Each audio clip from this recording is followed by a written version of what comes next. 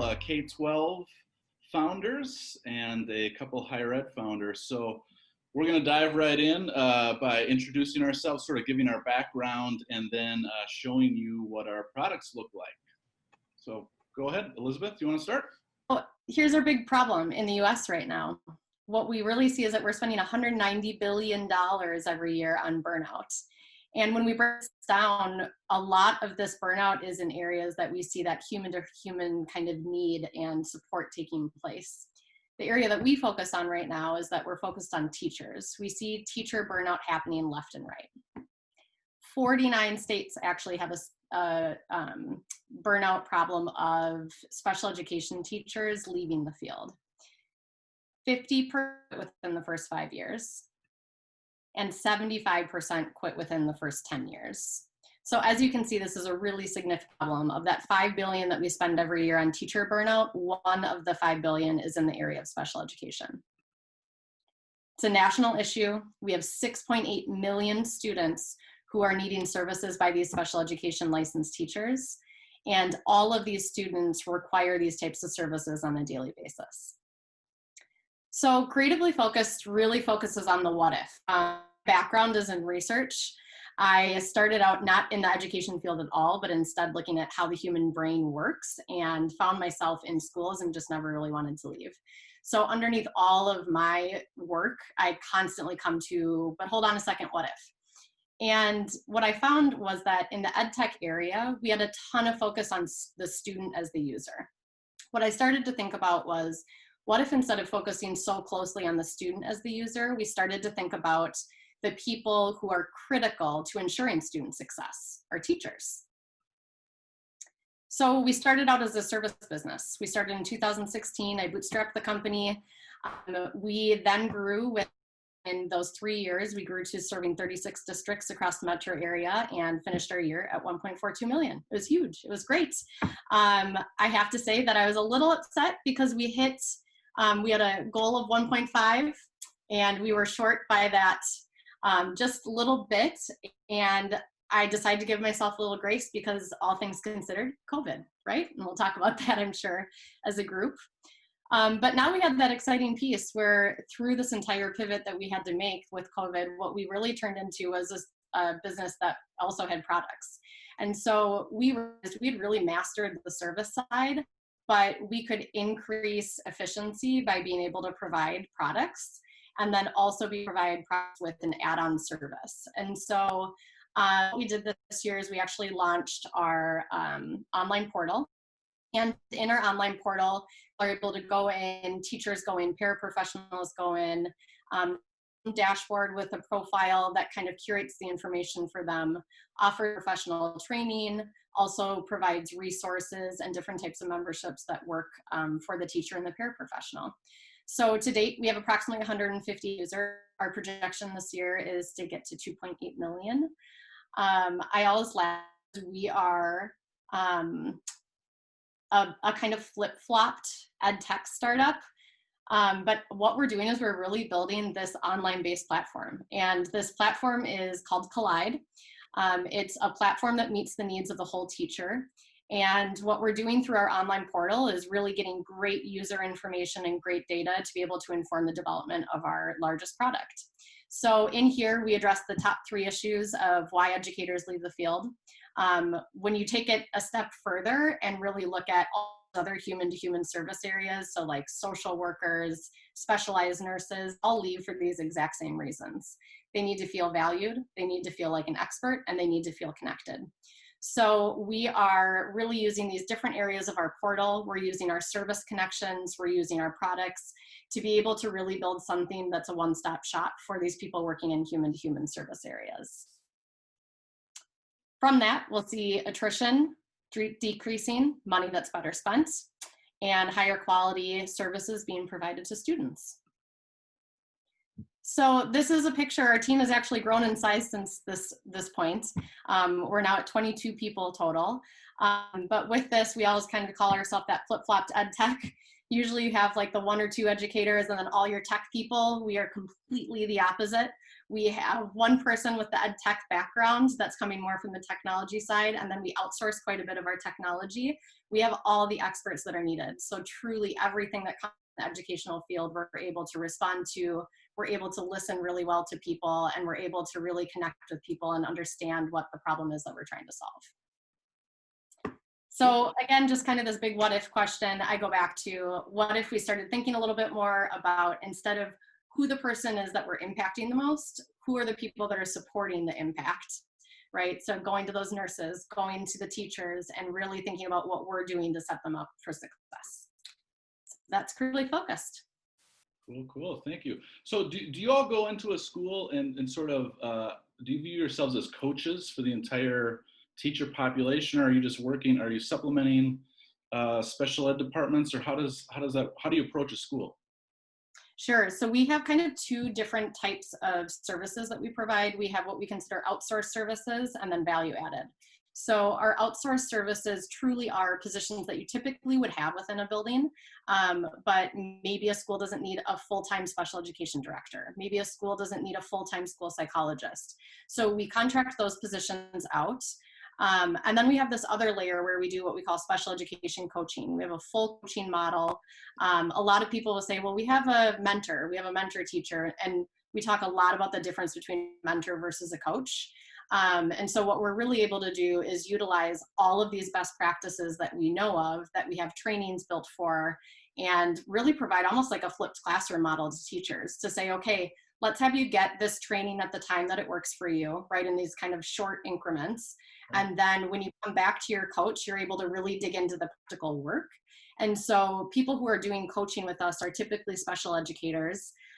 We do consulting in terms of special education programming, looking district-wide at different program models that can be implemented. And again, because we have this team of just extraordinary experts, we can really address whatever area of the district needs the most support. And sometimes that is going into general education and saying, hey, let's talk about differentiation. Let's talk about how we can support the needs of all learners, and really thinking from that global design perspective. Super cool. Love it. Yeah, thank you. So I'm Eric Nelson. I was a high school social studies teacher during the last recession. I was lucky enough to get a job in 2009 and started as a high school social studies teacher. And in that process, sort of realized that my students were super connected, but just not developing the habits, the learning habits that I wanted them to. And so I'm the other K-12 one here, and I think you're going to see a connection between the importance of connecting when it comes to information and other people. So I'll screen share quick and just kind of show you what the platform looks like. And so here's some new stuff. I'll come back to that in a second. But here's what the platform looked like. So if I go into any one of my leagues, you get together with your classes. I've got some fake people here that are kind of famous, but you essentially draft countries. So we took maps, and rather than memorizing geography, we owned them. The idea here was to become owners and managers of our learning. And when I realized that my fantasy football league was actually learning a lot more about sports, I thought we could do this with countries and states or Congress members. And so we got together and drafted them. And then I sort of figured out there were all this open data sources that we could use to feed into and get students clicking and keep clicking. And then we could all just play. And through creating sort of space for just play and passion and stuff that we were interested in, we were able to sort of find our purpose as managers of learning.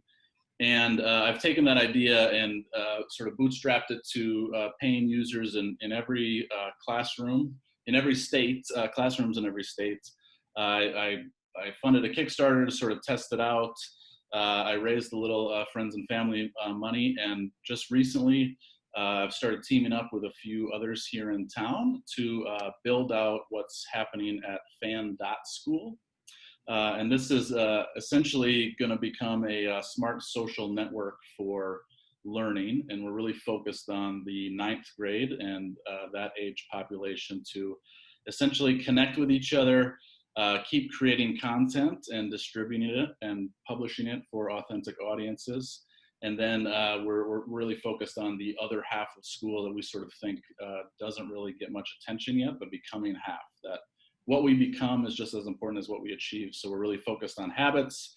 Everything revolves around interests. So one of the first things that you can do is sort of select what you're interested in, and then your teachers can see what you're a fan of and what you're not a fan of, and then you can get into spaces and collaborate with other people. So that's all new. Nobody really knows about that yet, but we're really excited about sort of developing new fans of school and continuing to become fans of school, no matter where that is, your home school, your micro school, your mom's school, whatever it is, we can all connect and stay fans of it.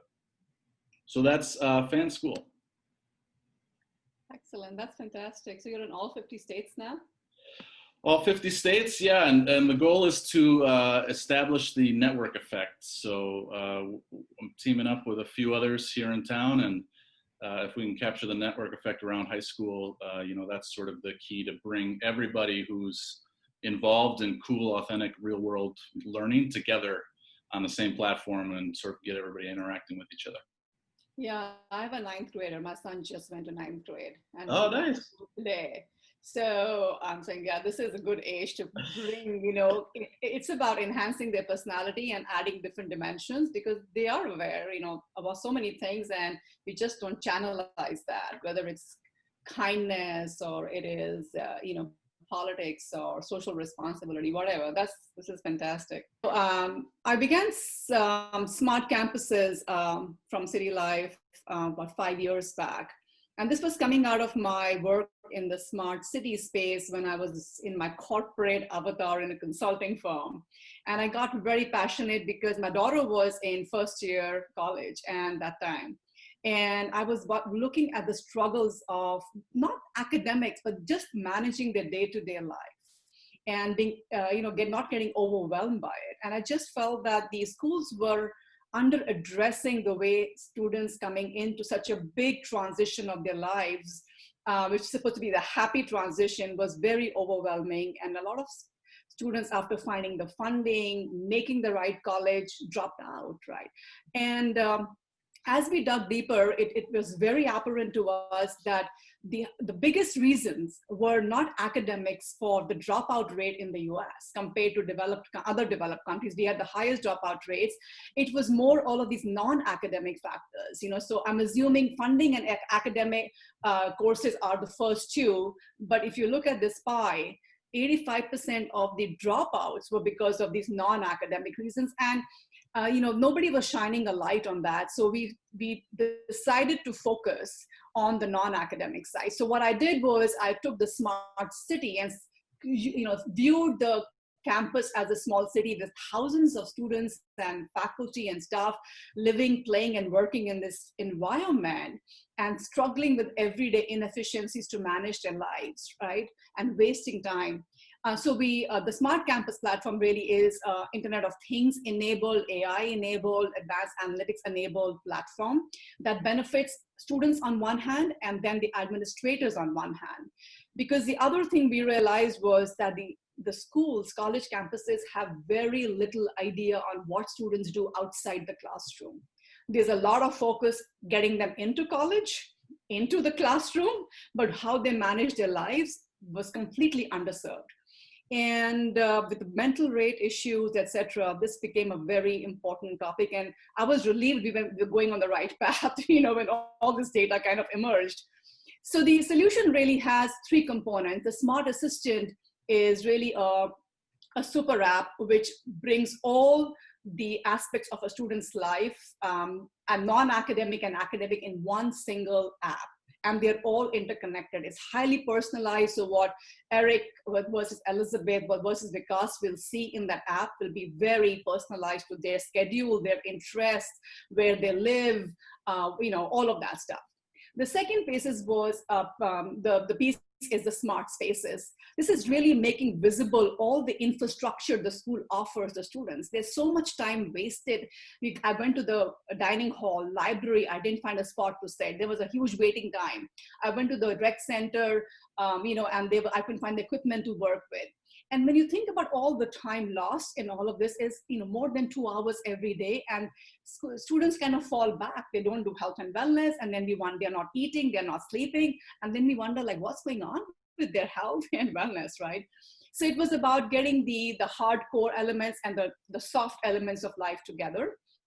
And the smart decision was completely administrators focused, where we were giving administrators a peek into the student's life through the smart assistant and what insights we were, gleaning from there, and giving them control and visibility into the infrastructure, what services are really getting used, where to invest money, what to expand, what to shrink. So just kind of bringing all that stuff together. And that was really the start of the Smart Campus. And over the last 3 years, we have been lucky to work with Georgia Tech and Duke and other universities, Chapel Hill, etc. So that was pre-COVID. And then COVID happened. We were on a great trajectory to hit our revenue goals for this year, go into 10 more schools this year. And now the campuses were empty. Everything we do is on campus. So we quickly pivoted in April and built a new solution from the platform that we'd already built, using the same IoT and AI background and smart reopening. Because now the colleges were talking about how do we bring back kids safely into college campuses and get back to regular life. And the challenge we saw, coming with the smart reopening was the mindset colleges have initially was the students, will be given all the information and safety protocols and they'll follow. And it's like, no, that ain't going to happen. You need to automate a lot of these pandemic controls and safe distancing. So long story short, we launched 3 solutions under this broader platform. Safe distancing with our IoT sensors deployment in buildings and venues so that students and schools could see what the capacity was and reduce the capacity, monitor it, self-health assessment, and contact tracing. We have had many conversations, and as you see, a lot of the schools are sitting on the fence. They've opened up and they're closing back. So it's a lot of confusion, and we are in that midst of that confusion. But the glimmer of hope that I see, so we built this whole solution and color-coded buildings and giving the students and the faculty administrators glimpse into, hey, which of the buildings are red, yellow, green, red meaning there's a capacity, automate all the safety protocols for buildings, students could get into a wait list to get to public spaces. So really helping schools automate and control and mitigate their risks and not depend on students. So this is the kind of stuff we do. So this is a Georgia Tech rec center. And this is what the app shows. All the green equipment is available, the gray is not available. So just imagine this in the library, dining halls. This is all real-time stuff that you can now see on your app and manage your time and everything else. My current gym needs that. Yeah. We might be going back there, man. Everybody needs that now. Yeah, so so it's been interesting that colleges are very interested, but they're not willing to put the money to invest in this. And now I'm hoping with the whole this episode of things crashing around them with the COVID instances and most of these campuses, hopefully we'll be back in conversation, and this will take some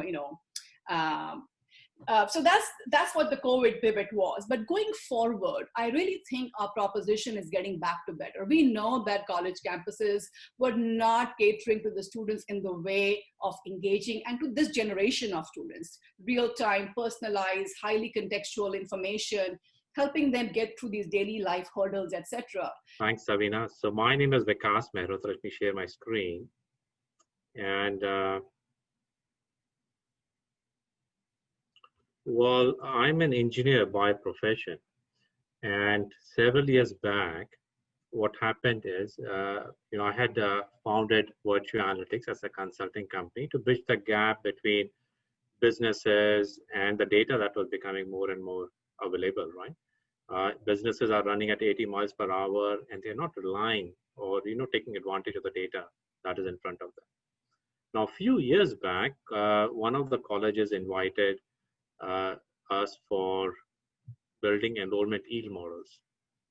What basically it means is that, hey, I have these many students who are applying to our university, but not everybody is converting, which is obvious, but how do I really increase that conversion rate?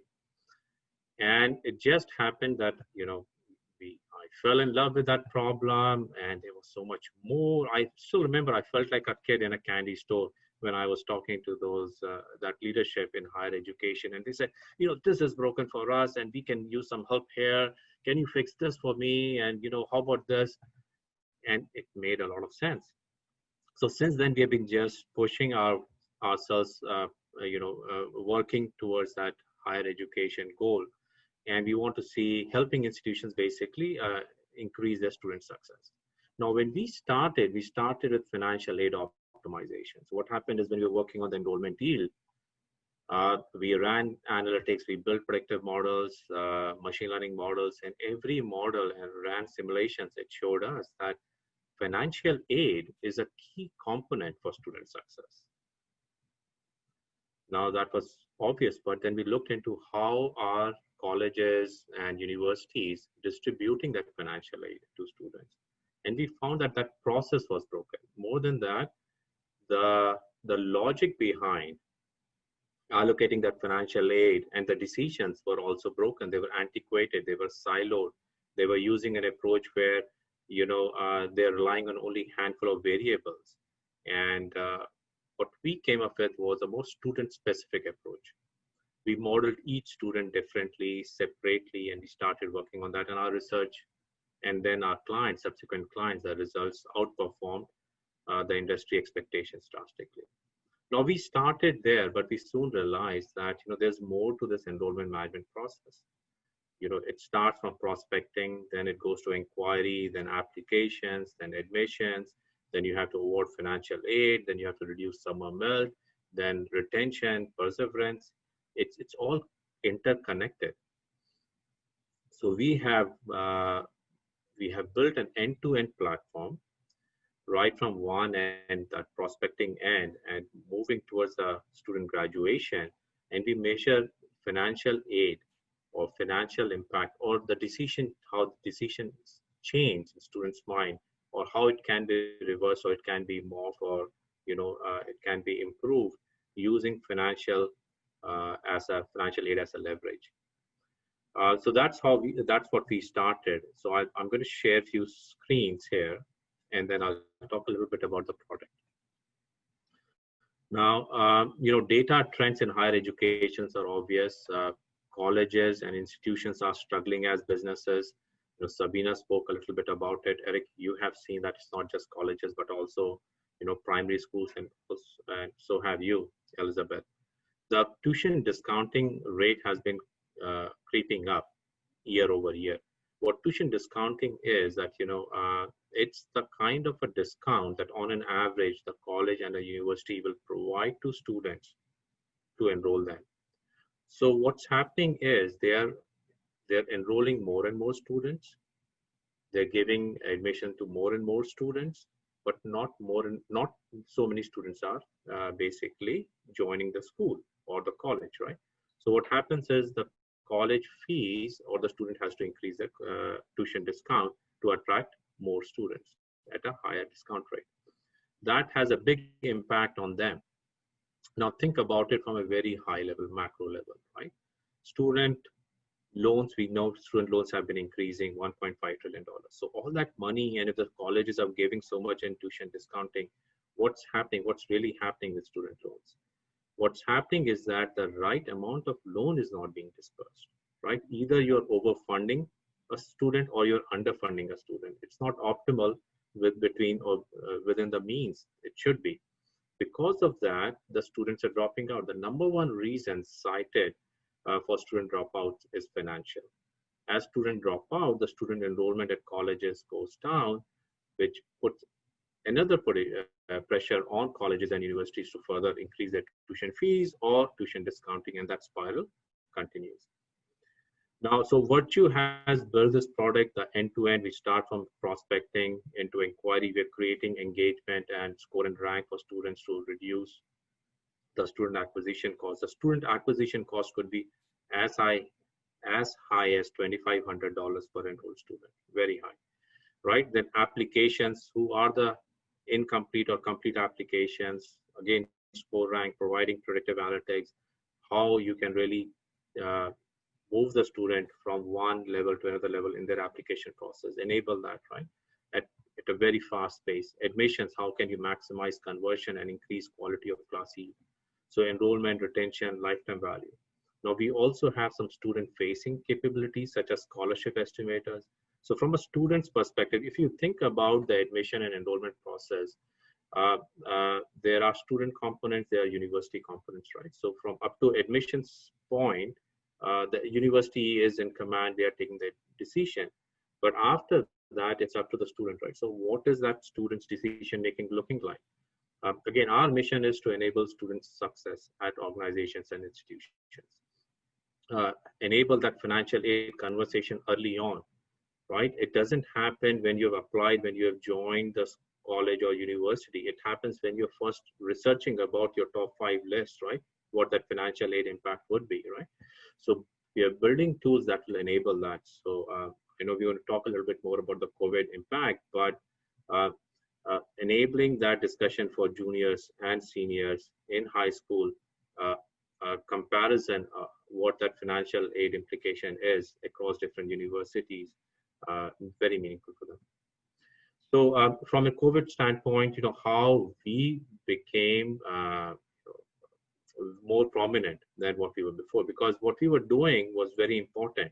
But what you have in front of you is a screenshot as an example. During the admission process, a group of team members would get together around a table and they'll discuss the student bio. They'll decide whether or not to admit that student and also what financial aid should be granted to that student. Now, with COVID, that is no longer a possibility.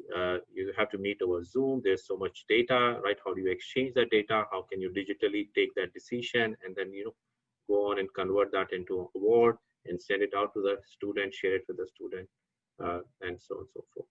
So in a way, virtue analytics is enabling that operational efficiency apart from the optimization of financial aid, which is a big business impact for colleges and universities. But we are bringing in, we are saving them thousands of hours to enable that student success. So is this a B2C model? Can parents just this pay? will, yes, this Okay. can be both B2C and B2B, right? Working with certain organizations or high schools directly, as an example, and also B2C, subscription based. Excellent. Oh, very cool. Intricate stuff, man. We Elizabeth and I have young kids, so it's just making mental notes about. I'm just happy the ACT and SAT is gone, or will be gone by the time my son reaches in 3 years or 4 years. Yeah. How do you feel about that, Vic? It seems like a sort of the measure, of to get into college before. Yeah, I've heard it both ways. I've heard that the GPAs are not working for certain high schools, as an example. Some teachers are strict, some are lenient. There's no standardization. I think everybody will come together and find a way out. My personal belief is that the student success is not dependent on your ACT score or SAT score or your GPA. There are much more than that, right? There have been discussions on the student grit, attitude, right? And I hope we can evolve into, when we try to, one, understand and reward students on financial aid, it's not just the quantifiable measures, such as what is your GPA or ACT. There's more to it. And we are really investing in their success.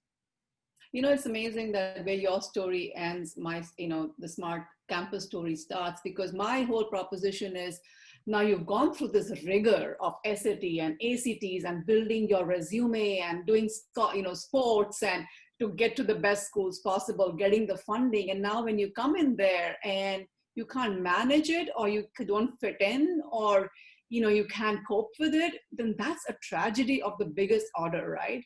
And that's when they start to fall off the cliff at that point in time. And that's where so one of my things was to link to enrollment and admissions tools and all of that stuff. How do you take? And I look at my daughter and saying, okay, she did all of this, and how hard she worked. And when she went in, the school couldn't care less whether she was a concert pianist or she was a national level fencer. Too bad. Now you're in it. Now go figure out your life, right? It's crazy. So and then you talk about engagement and saying you don't even know you've forgotten about the kid who brought all this to the table, and you're not engaging them in the areas that they've invested so much of their school life in. Anyway, so I can go on this topic. Maybe Eric, there is something that we can do from a fan school perspective for fan colleges. I love that. We've been thinking a lot about like fan pages, to all these schools have these massive sports programs that are very popular. How do we take that same culture and apply it to academics and learning? So yeah, let's spend the last couple minutes predicting the future, right? Good founders, which I think we're all here, we're all still surviving during a pandemic, are sort of are products of living in the future. So if you had to sort of think about what do you, either answer this, sort of what's the biggest hurdle to where you want to go in the future, or tell us about something you're very excited about, a vision that you think we're going to head to with your leadership. Well, I can go and take a shot at this. I think there should be some seamlessness for students. There should be some continuity. It should not be, many students, like everybody's saying here, right? It's a very different world when they move from high school into colleges. The graduation rates, if you think about high school, are 88, in 80s, 84, 86%. But when you go to on-time graduation for college, it drops significantly, right? 1/3 of the freshmen are not coming back. I mean, these are some very stark numbers. So if we can really enable that seamlessness for the students as they move up from high school into the colleges, I think it will make a better world. These youngsters are so technologically advanced and savvy. They like that. I mean, for them, things have to be operationally more efficient in a grown-up world. And so what I'm trying to say is that I think I envision a world where these small things do not derail a student.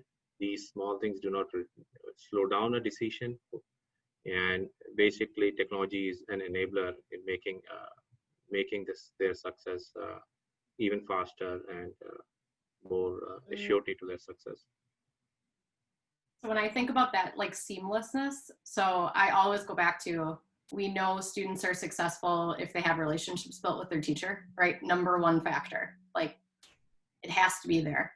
And so I actually see that as like both my roadblock and what I see the future holding.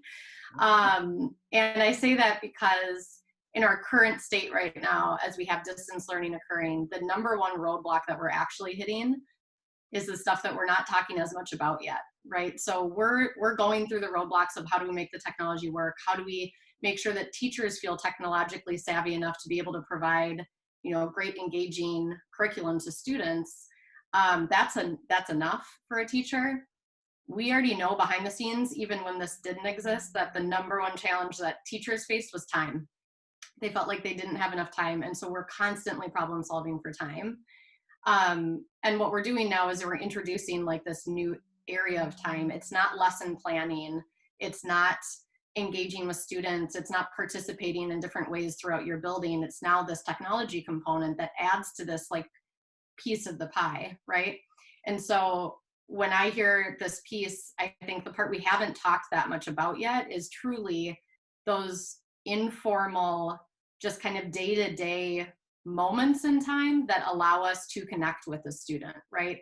And so when I see technology like this that would allow that quick kind of pickup of like, okay, I know this about the student. So when I have my 3 minutes with them on a Zoom call, I'm going to ask them one question about this. That's where I see the potential for teachers being able to continue to drive that relationship with the student. I also know though that if we don't hit the issue of retention, that those relationships aren't sustained. And so I think, we're solving for this problem of time, knowing that we need technology to be able to support us in reducing the time. And quite honestly, like as we looked at trainings, we knew the number one thing that we had to do was no module is more than 15 minutes. People have to be able to self-pace through it. Their administrators have to be able to see where they're at so that if we do have hard deadlines, we can meet them. But they need to be able to do it at 11 o'clock at night. They need to be able to chat with one of us at 4 in the morning if they need to. People's schedules, like the whole concept of time is so different than it's been in the past. So I think we can't lose sight of the fact that yes, we need to get kids everything they need. But again, we've got to concentrate on the teachers in this too, to be able to make sure that relationship still continues to persist. Yes, too bad Facebook couldn't solve any of these problems. You know, jeepers, creepers. We got all the social tools, just none of them are helpful. How about you, Sabina? Yeah, so just a couple of comments. I think that the biggest realization for me was that COVID has accelerated has pushed us into an era of technology adoption that is unprecedented, right? Whether it's healthcare or remote education or working from home. And I think that will be a big component of how we look at education, whether it's K to 12 or it's higher ed. And there are two pieces to it. One is the content delivery piece will metamorphosize. It will be on the go. To Elizabeth's point, that I should be able to take my classes from wherever I am without interruptions, and it should be an engaging content, right?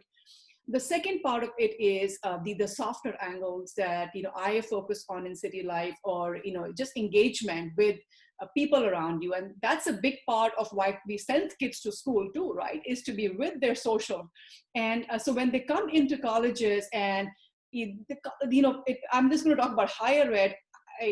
They are going to have to rethink the infrastructure. There's so much space and resources, and I don't think that this will survive the test of time, money, and technology and the orientation that's happened. And I'm very eager to kind of fast forward and seeing what will be that better vision, and how students who want to come to the campus, what will that look like? So I think the story will continue and many things to come. And I'm just excited about what will be that better be.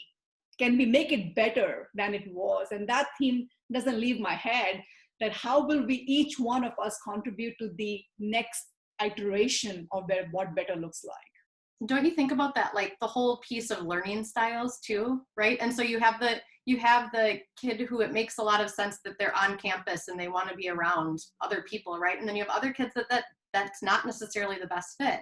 And I think about it the same way. I look at one student who's over here in this district could be accessing this extraordinary content that's over, yes, because that's, like when we look at equity on top of all of this, it's extraordinary what could happen in this. And I go even further to say that with teachers, you have people who are great at managing students and building relationships, and you have people who are experts at building content and developing lessons. And so I think on top of that, we have this huge shift from a personnel kind of allocation of resources. And so whether you're talking about buildings or people, whatever it might be, it's just kind of this whole revamp of how we utilize our resources. One just last thing, Eric, from my side, I think that the accessibility, the digital access is going to be the next big, what our rights, equity and access, because we are, it has to be pervasive. Otherwise, it's another kind of unquote racism, and a divide. So I'm going to end my thoughts there. It bugs me no end, with millions of kids not being able to have access to education in the last few months. Yeah, we've been trying to scale one-to-one technology, but we haven't really focused on scaling one-to-one relationships. Yeah, that could be the next thing. It's great to hear from all of you and in your products, and I hope we'll connect in a bit. But if anybody has any questions, you can ask us now, and we'll be around to answer. So thanks everybody for being here, and we'll see you soon.